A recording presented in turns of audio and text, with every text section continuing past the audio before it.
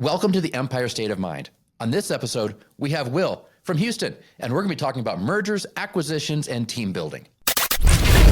We believe the purpose of owning a business is funding your perfect life. Welcome to the next generation of growth and opportunity in the inspection industry.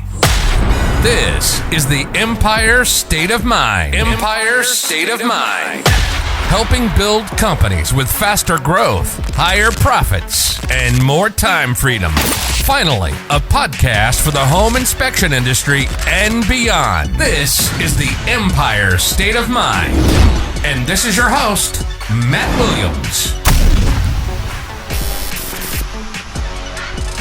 Well, welcome to the show. I'm so glad that you tuned in today. This is going to be a fantastic episode. I have my friend Will on the show today, and we are talking about mergers, acquisitions, team building, all kinds of amazing things. Will, how are you doing today? Hey, Matt, thanks for having me. I'm doing fantastic. I've been wanting to be on your show for quite some time, so I'm excited that I got the call. I'm really happy that you are on here. I know there's been some big things that have been going on in your world as far as mergers, acquisitions, and that's such a hot topic right now inside of our industry. But before we get to that, I got to ask you, I know that you're in Houston.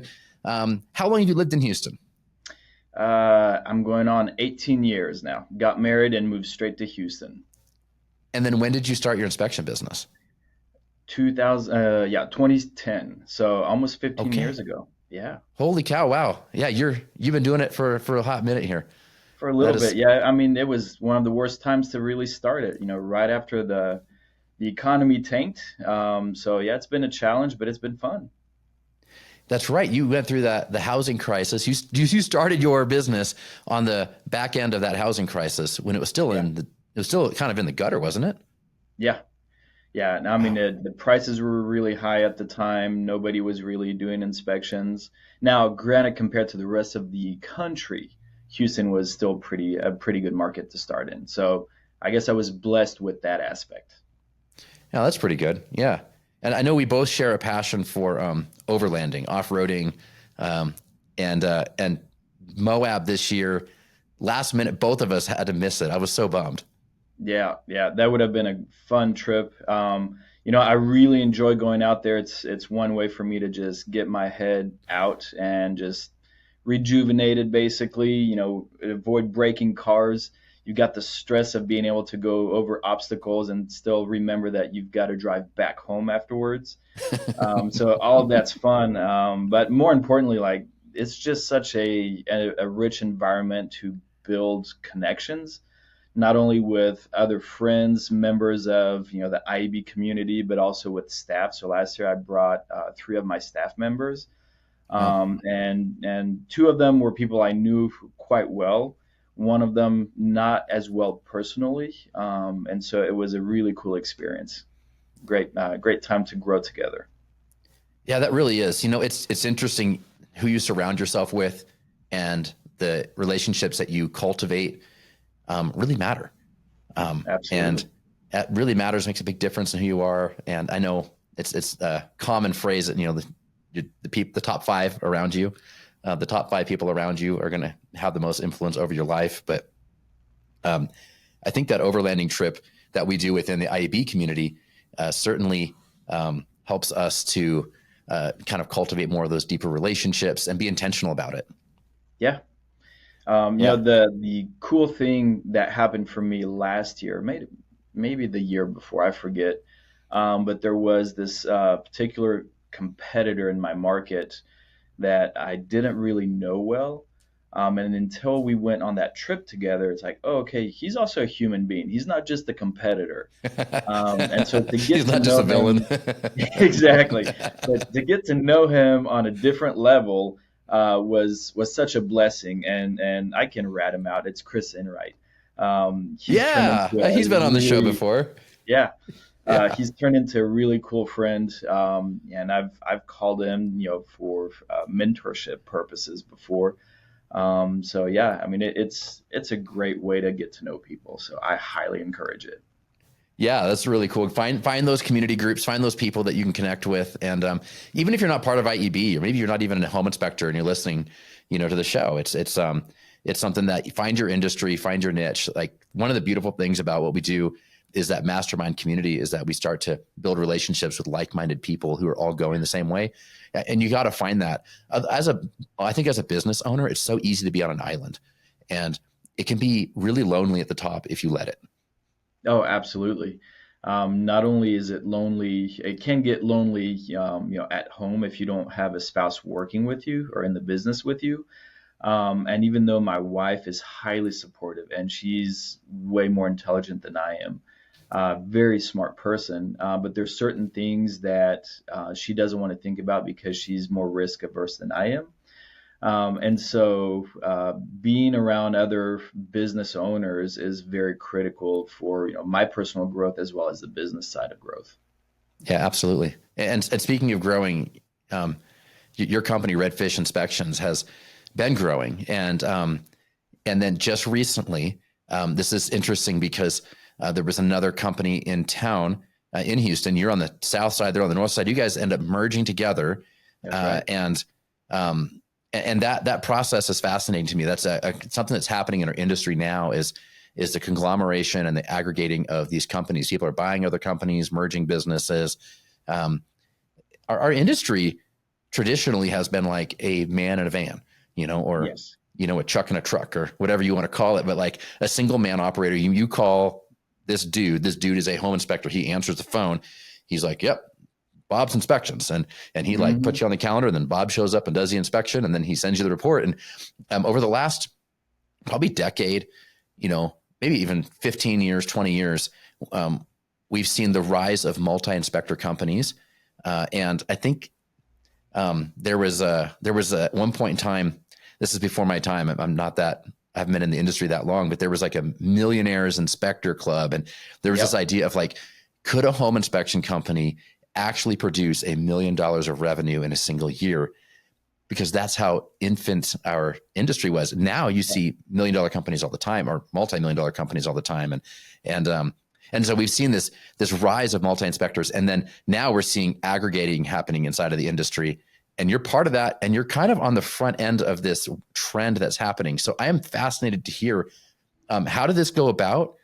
Was it just like you're out, having drinks one night and you're like, yeah, heck yeah, let's do it, and you did it? Or is there like, how much thought did you put into this? What does that process even start to look like?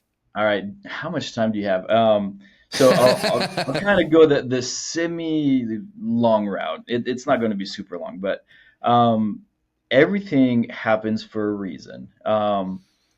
But the interesting thing, when you surround yourself with people who like IEB, so when you surround yourself with other business owners who think alike, who want to grow, you find a community, and so IEB was one of those communities. And the ambassador of my particular group, what he was in charge of was just calling around the companies that was in his group and just see how things were going. And so this person, calls me up and says, "Hey, I'm just checking in with you."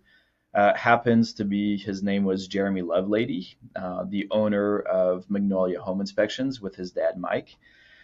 And so he was just checking in with me. The interesting thing with IEB, with this abundance mindset, it doesn't matter if you're in the same market.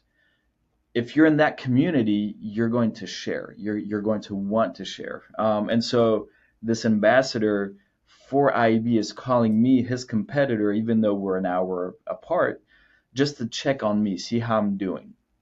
And so I told him, I'm just tired. I'm tired of the day-to-day operation.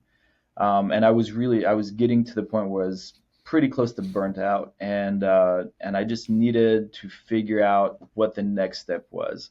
And so he invited me over for a cup of coffee, and just to chit chat. And after about 3 hours of conversations of my dreams, my staff dreams, my pain points mainly, um, we kind of ended that conversation. And as we're driving both home, he calls me up a half hour later and he goes, "Will, have you ever thought about merging?" So really the idea came from him. It didn't come from me. Hmm. And so I was like, well, I told him no. I had thought about it, but more in the acquisition side, not the merging side. I knew very early on, and from prior family partnerships that didn't go well in the business world, I knew that partnership would be very difficult to do, very difficult to achieve.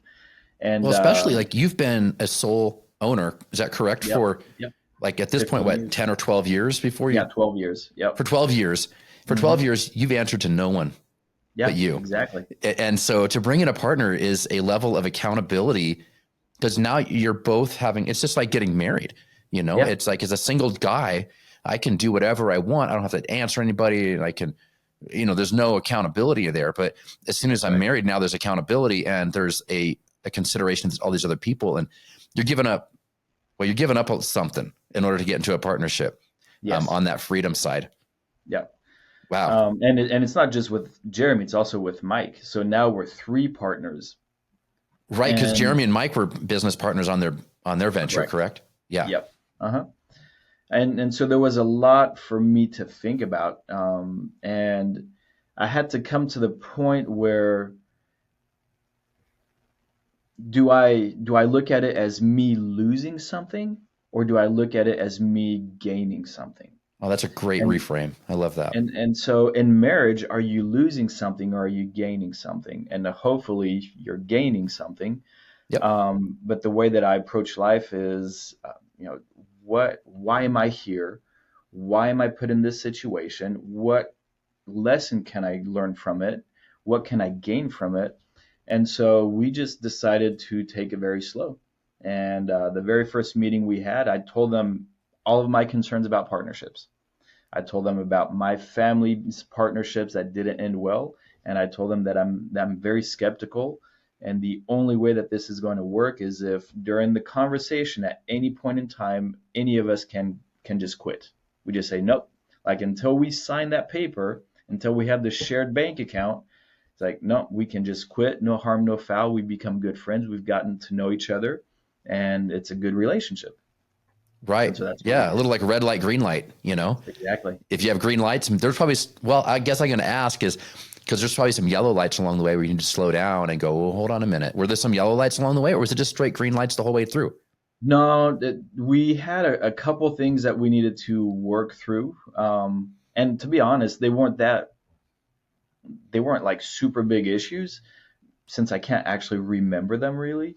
But I do know one of the things that we did do was hire a merging coach. Ooh, So yeah. being in the coaching world for close to a decade now, I was part of the MIC group, Millionaire Inspector Community Group. This is how I actually started to grow the business because I was a one-man shop. I didn't know any better until I joined a mastermind group. And then I grew, and then I needed something else, and that's where Ivy kind of came in. And it's like, okay, this is what I needed in that phase of my life. Um, but so we knew that we don't know what we don't know. Mm-hmm. And so we hired this merging coach, and he gave us a step-by-step process. And the one thing that he said was, is this an acquisition or is this a merger? And he wanted to make sure that the right term was used. And we said, well, it's a merger. We're not buying one other out. And he goes, okay, so just so you know, this is the hardest form of partnership there is. Right. Because you're used to And doing it your way. They're used to doing yes, it their way. yep. Ooh, man, that sounds stressful. And the interesting thing is, I really didn't stress like the entire time because I knew there was an out if needed. It's like we're just here for a conversation. This is a cool thing that we learned through IB was, hey, I'm just curious, and I would like to have a conversation. And so when That's you so good. approach somebody that way, you're not what's the word? Um, you're not a risk. You're just there to just chit chat, to just get to know the other person. And so we took it slow. It was about an 8 month process of just conversations of I would say anywhere from 4 to 8 hours a week of just talking. Wow. 48 Yeah, hours a week for yeah, 8 months. yeah, for 8 months. and just making sure we were on the same page everywhere. And so this merger coach, as we're doing, a couple of sessions with him, at one point he goes, "You guys are already this far advanced in the process?" And we're like, "Yeah." And we kind of did things a little bit backwards, because one, we didn't know any better, but two, because of the quality that IEB brings, the teachings, the mentorship, the guiding, the coaching that it does for its members. And yeah, I guess this is turning into an IEB commercial, but That's they okay. don't pay me, I promise you. It's just that it's that good of community. And so by the time we're on session 2, the merger coach is like, I don't believe you guys already have done all of these steps. Like, you've already talked about all these things. It's like, normally, I don't deal with these small little mergers. And he's not meaning it in a bad way. He goes, normally I deal with 100, 200, $500 million mergers and acquisitions. So he was very surprised that a $2 million merger was wanting to be coached by him. And we Wow. just knew the power of coaching, that you don't Absolutely. know what Yeah. you don't know. Oh, you don't know, right? Like, Yeah, how many companies have you merged before this, right?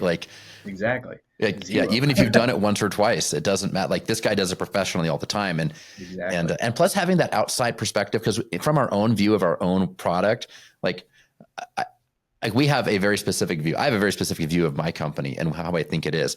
But to get a coach from the outside, fresh eyes to come in and look, they're gonna see where the bumps are that I don't even see them. They're gonna see That's it. they're gonna look at it from a And completely different perspective than you would do, or also the other side of the transaction.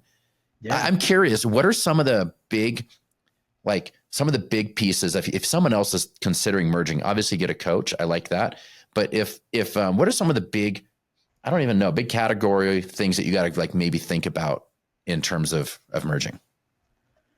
how deep do you want to go? The very first thing, and I think that's why it worked, and it's not going to be for everybody. But the very first thing that we needed to align on was our faith. Okay. And it doesn't mean that I was specifically looking for another company that had the same faith as me, but it's just, I knew that it was going to be a big part. And so we first aligned there. And That's really then, important though. We're all spiritual beings. mhm, And regardless of what you believe, if your faith and your spirituality is a portion of who you are, especially if it's a bigger portion of who you are, you got to align on that. absolutely. And if you have two different spiritual viewpoints, you're going to view the world in different ways, different Yep. worldviews, which means your values, priorities are going to be misaligned. And spirituality is such a core piece of who we are as a human being. Yeah. Like, that's really not going to shift and change. Maybe a little here and there, but the fact that you both lined up on such a major piece of who you are as a human being, Yeah. because mergers and business is so much more than just numbers.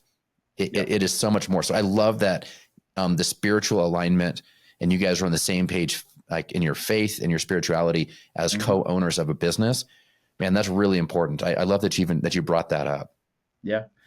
The second one was, how do we align with our staff? Like, how do we view our staff? What is the culture? And the interesting thing was, that we were really close culture-wise.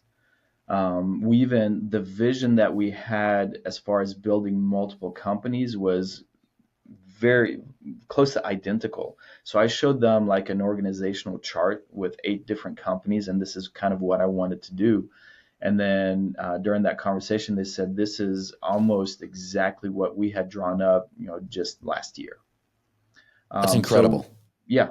And so we knew we were on the same page, spiritually, with the staff, the culture, and then the direction where we wanted to go with it. So you were aligned on culture, you were aligned on vision, and you were aligned on your spirituality side. Yeah. Yep. And so the last part was going to be, really, are we aligned financially? And so we were, same size company. Profitability wise, I believe they were a little bit more profitable. But my company was actually grew last year in a down market. And so between their way of looking at numbers and between our growth, we knew that right there, it would be a pretty good match. And I was comfortable moving towards the way that they ran their business financially wise. Yeah. And so, yeah, and all of that took a lot of conversation. I love that you said, lastly, we looked at numbers. Yeah. I think that is such a breath of fresh air.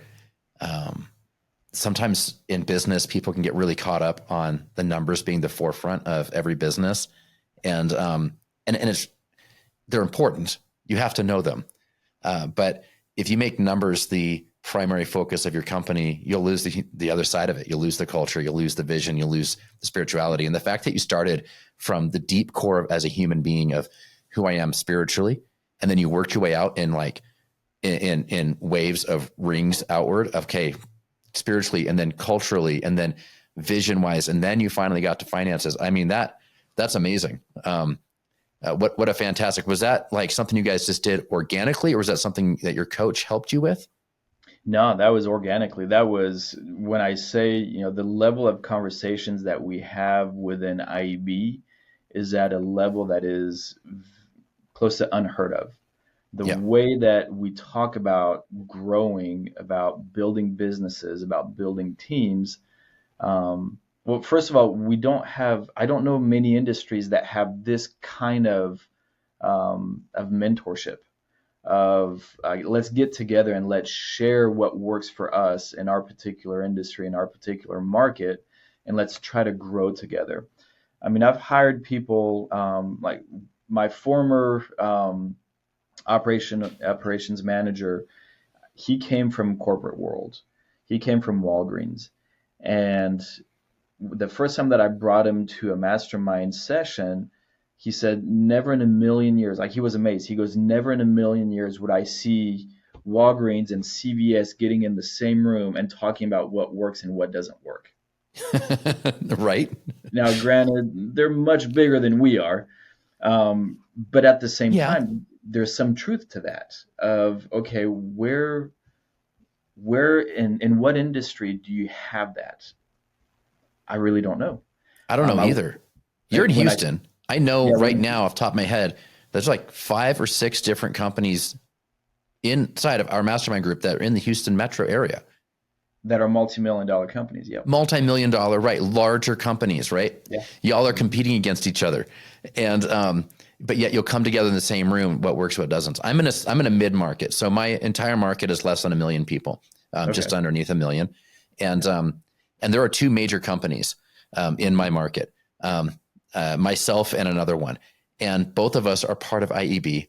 That's cool. And we're the 2 largest in the market, and both of us part of IEB, and both of us share and collaborate, and we get coffee every so often, and we check in on each other. How you're doing? And it's turned into a personal relationship where, how's the kids, how's the family, how's business, and we've been able to be vulnerable with each other in the sense of like, man, had a rough couple months, and yeah, me too. And we commiserate as like, oh, I had this employee situation I had to go through, and oh man, yeah, me too. And being able to collaborate, and it's actually kind of funny. A couple of their employees left their company and wanted to come work for my company. And so when I got the call from one of them, I was like, oh, this is awkward. And so your owner and I are friends. Like, we are friends. And now you want to understand that. Yeah, you understand. Exactly. And I said, so if I call right now to your current employer, what are they going to say? And they're like, well, I'm not really sure, And so we had to I was like, I'm not saying no. I'm just saying this is a much deeper conversation than just any old job applicant coming in. Yeah. So you had both had similar sized companies, and I think you said you had 6 inspectors before that. Is that right? Mm-hmm. Yep. And they had 6. Yep. Mm-hmm. So you all have about 12 right now. Yeah. So we have 10 in Houston and 1, possibly 2 in Dallas. I know my services manager is busy interviewing a bunch of people, and then we have 1 in San Antonio. So we've just opened up those 2 markets. Wow. And so when you guys merged, I know you're Redfish, they were Magnolia. What'd you guys decide to rebrand as, or you keeping one brand, or So what are you doing? so what we did, we kept the Redfish name, so we merged Magnolia into Redfish, but we created a holding company called OBF Dreams. And so the holding company actually owns Redfish. And so the idea and kind of my job now is to go around and find companies who would be interested in a conversation about acquisition. And so we now have the option to organically grow Redfish just by hiring a bunch of people or acquiring other home inspection companies and bringing them into the Redfish family, or we can grow the OBF brand and just bring in a bunch of home inspection companies from other states, for example, under the OBF brand, while still growing Redfish. Got it. How'd you come up with Redfish? Oh man, so that was one of my nicknames growing up, and so when I started the business, my wife's like, why not call it Redfish? I mean, everybody's calling you Redfish anyway. And she goes, it has nothing to do with home inspections.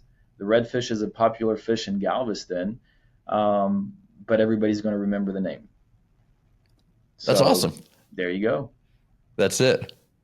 Hmm. That's really interesting. So your role has changed, obviously. Yes. As the owner of a company with 6 inspectors, and then doing the merger, now you have 3 owners over a company that has 12, and you're growing and you're hiring. Your organizational chart on Redfish side, the organizational chart of Magnolia, all of a sudden there's overlap and there's changes. How did your team handle all of that? Because now your team just doubled. How did Yeah. everybody, like your staff, and then what is, like, org chart wise, what does your role look like? How do you divide that up? You have, because to me So that's fascinating. yeah, what we did, because we were 3 owners, we each decided to be the head of one of the divisions. So Mike was the head of operations. Uh, Jeremy was head of services, and I was head of growth. And so we decided and we made clear, hey, we're not going to step on each other's toes. If I'm the head of growth, then I will lead the growth division. If Jeremy's head of inspectors of services, I won't, bug him with that. And that was super hard for me because the one division that was very well, established was the services. And I suspect for most multi-inspector companies, the division that works the best is going to be the services because that's where the owner came from. And so that it's a well-oiled rig pretty much. And so for me, it was really hard to just step back and trust that Jeremy's process was going to be good. And then Mike, Jeremy and I both really trusted him implicitly when it came to the operations side of things. And so that really made it easy. But so it really was that division of work within the first few months. And then making sure that the transition was going to happen really well with the future leader of that division. So during that process, we're still interviewing. So what we did is for the services division, we opened up we opened up every position to everybody in the company. And we're like, hey, if you're interested in this position, we're going to start interviewing whoever wants to be interviewed. And so we interviewed everybody who wanted to be interviewed, and we chose, who the services manager was going to be. Then on the operations side, we found the general manager pretty fast as well within the company. And then after multiple interviews on the growth side, we decided to hire from outside.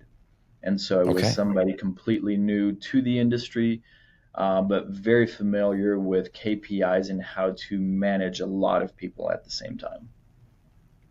Right. Yeah. Because that management piece, and then KPIs are super, super important. Understanding what data you want to be looking at and what really matters.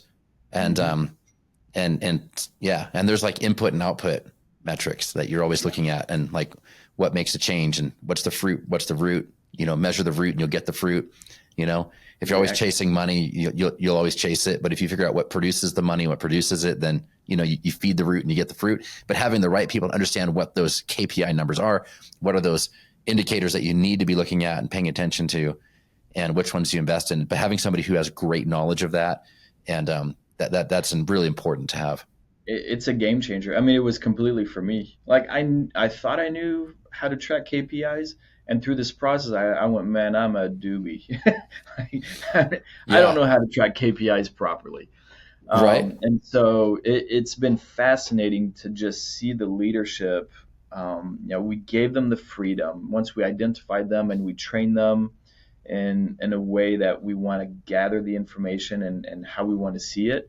And after that, we're like, okay, it's your turn to fly. And and it's been amazing because all three owners, we can step out completely of the business for 2 months, 3 months, and it's still going to grow. It's been amazing seeing the leadership team just having the desire to grow the business, and then doing it. And Wow. so, That's gotta be cool to see your baby that you yeah, started. yeah, And man, I mean, this thing about the transition of like one day, 14 years ago, you thought maybe I'll inspect a house. Did you ever think you'd end up here? never. Now, 14 years ago, like I said, the first time that I went to a mastermind group, I had no idea one what I was getting myself into going to this particular event. But I was content. I was happy to just do my little home inspections, and I figured, if I can do 5 inspections a week, I'll be good. I'll be set. Yeah. And that I remember I had a spreadsheet of, okay, if I just do one up to five, like I didn't even think that I could do 2 inspections a day back then. Dude, And so, I had the same thing when I got started. I did the numbers and I thought at 3 a week, this is worth my time. And yeah, if I could do like exactly. one a day, like I think like I can support my family, Yeah, and not any sort of glamorous, just enough to keep the bills paid. And I thought, man, I can be happy. And I did the same thing. yeah, And then it didn't take long. My stuff took off like a rocket ship. And within, I don't know, 6 months, I was doing 2 a day, 5 days a week. And by 9 months, I was doing 3 a day, 6 days a week. And then I was killing myself, man, like just trying to keep up with the demand. I just slept and worked 7 days a week at one point in time.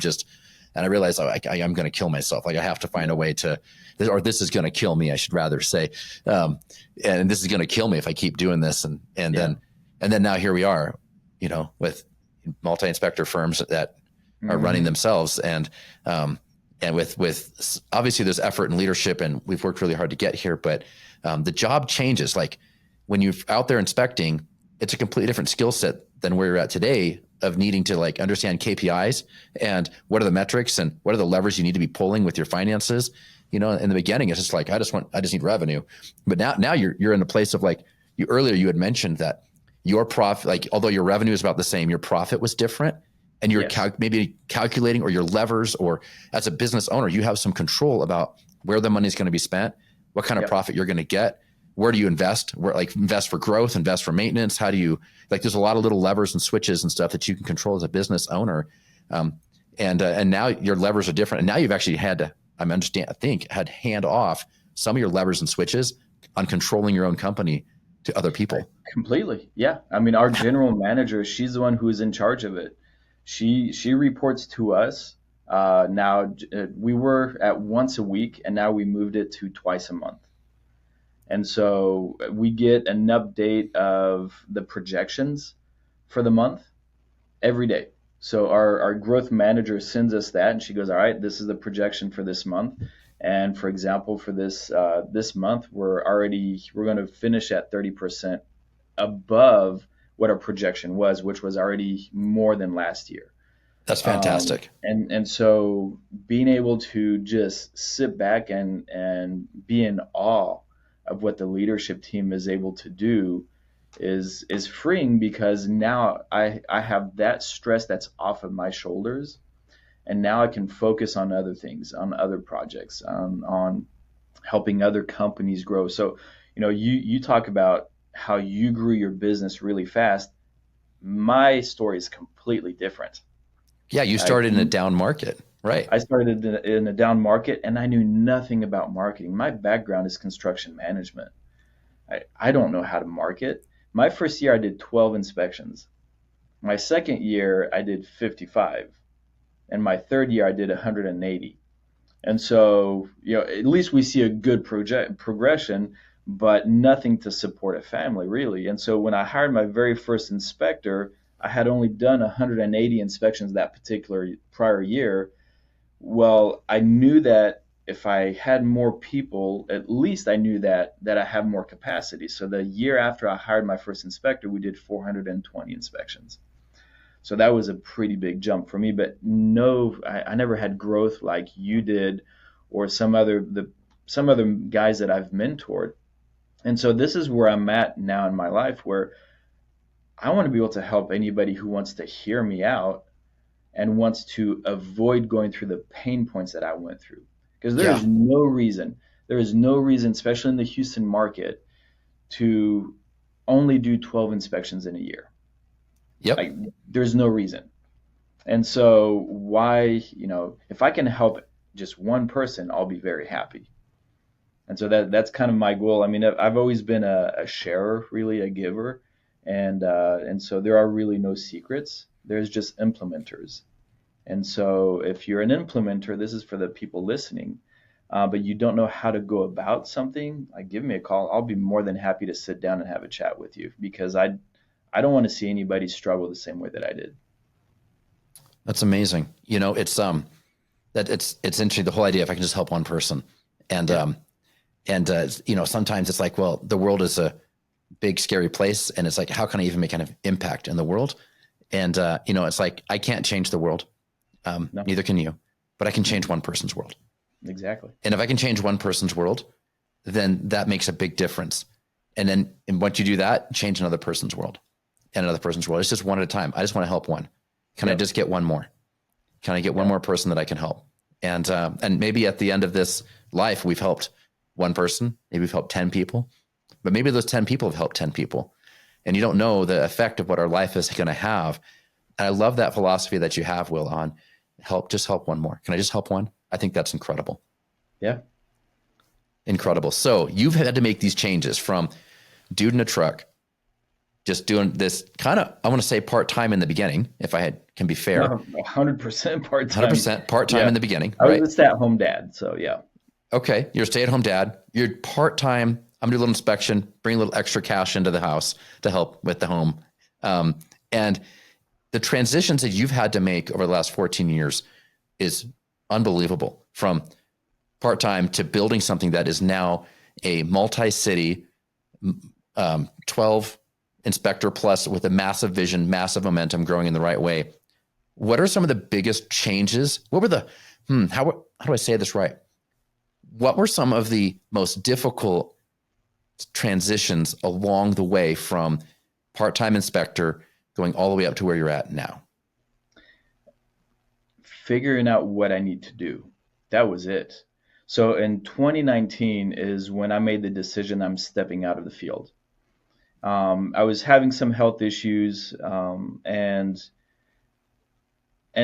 my mentors had told me, the only way to grow is if you actually step out and you work on the business.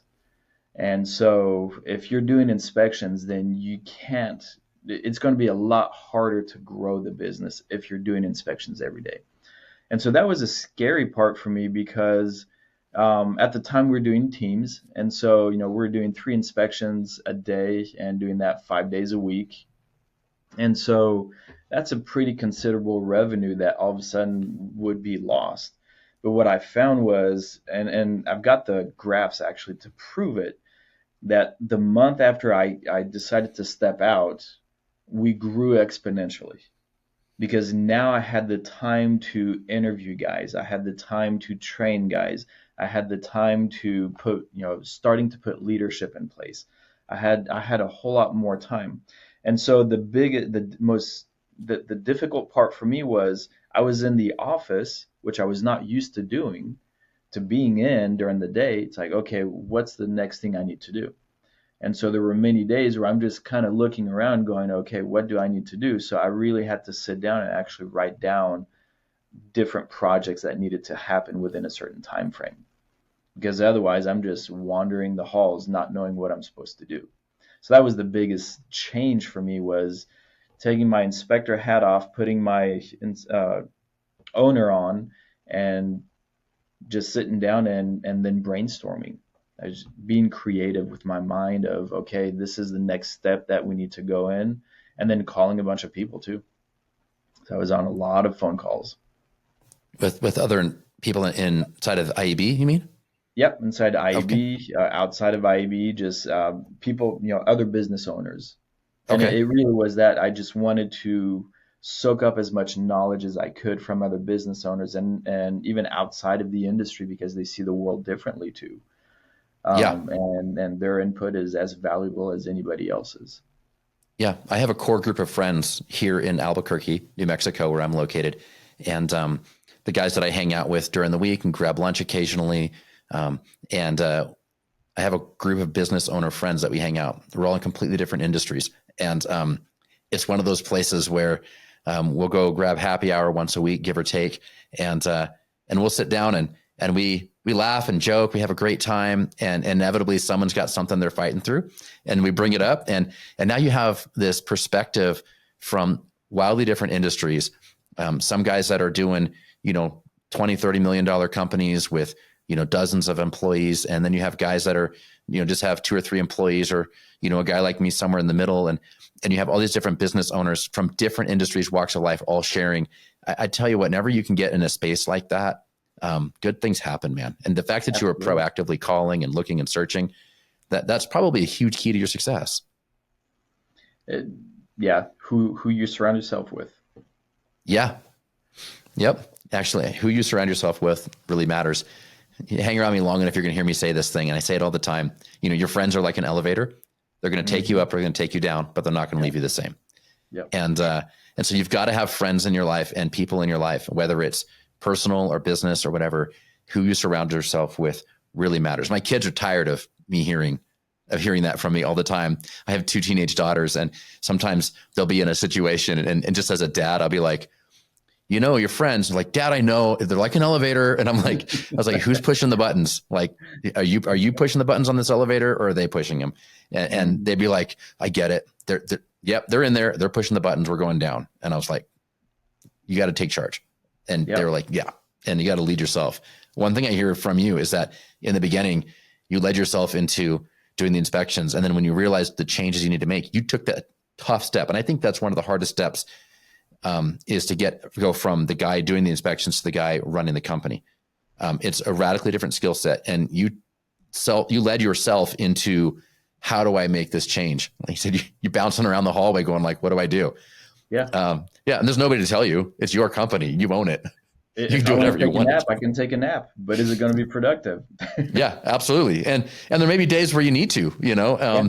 there are days where as a business owner, you have to go, okay, I just need to stop for a minute and like breathe and maybe go decompress and do something, and then come back and revisit it, and whatnot.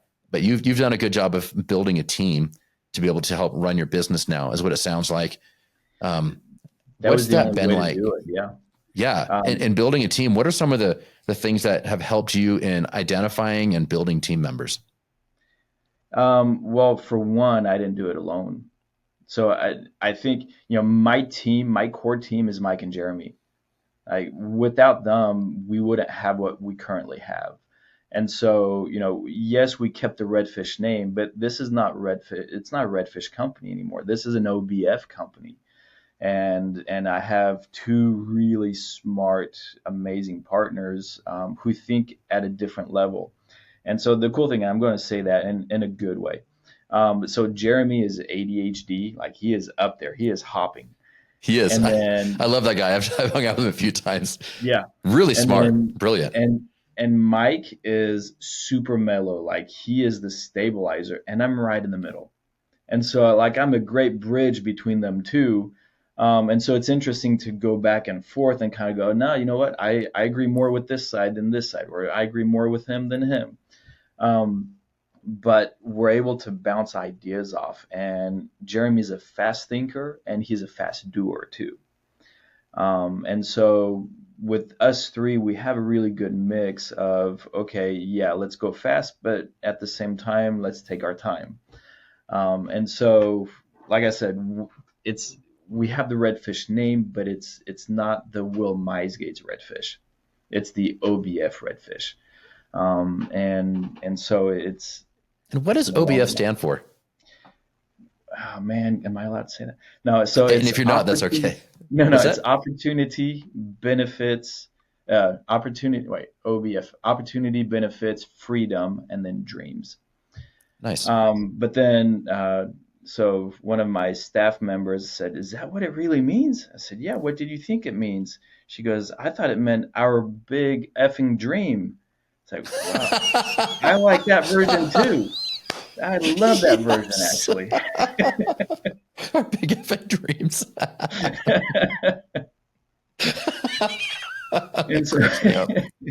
and so, I mean, the idea, really what we want to do is create an environment for anybody who works with us to have the opportunity to grow.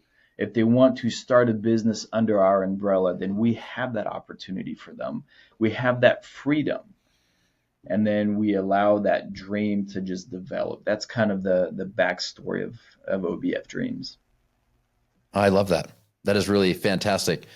Will, it's been really great catching up with you, hearing your journey, this whole merger and how you've been able to merge together, the roadmap, the big building blocks that you built with. This has been really exciting to hear. You know, I imagine there's people today listening that maybe have more questions, and maybe they're looking at this kind of stuff. How would somebody get a hold of you if they wanted to get in touch with you? The best way is going to be to text me or call me. Now, if you call me, leave a voicemail, because if I don't recognize the number, I typically don't answer. But my phone number is 469-834-8726. Or you can email me directly at Will, so WILL, at obfdreams.com. That's awesome, man. Well, thank you so much for being here on the show. This has been a fantastic, fun time, and I've loved getting to know you and your story and your journey a little bit better. And best of luck on your future endeavors. And man, it was just really good to have you here today. I was happy to be here, and hopefully next year we'll see each other on the trails. Absolutely. Have a great day. Yeah, you too. You've been listening to Empire State of Mind for the home inspection industry and beyond. Our passion is to elevate the home inspection industry with mindset, strategy, and tools. We hope you've enjoyed the show. Make sure to like, rate, and review. For more, follow on Instagram at IEB Coaching. And don't forget to hit the website at www.iebcoaching.com. Learn about IEB at no cost and have all your questions answered on our open call once a month on the third week of the month. We hope to see you there, and we'll see you next time on the Empire State of Mind.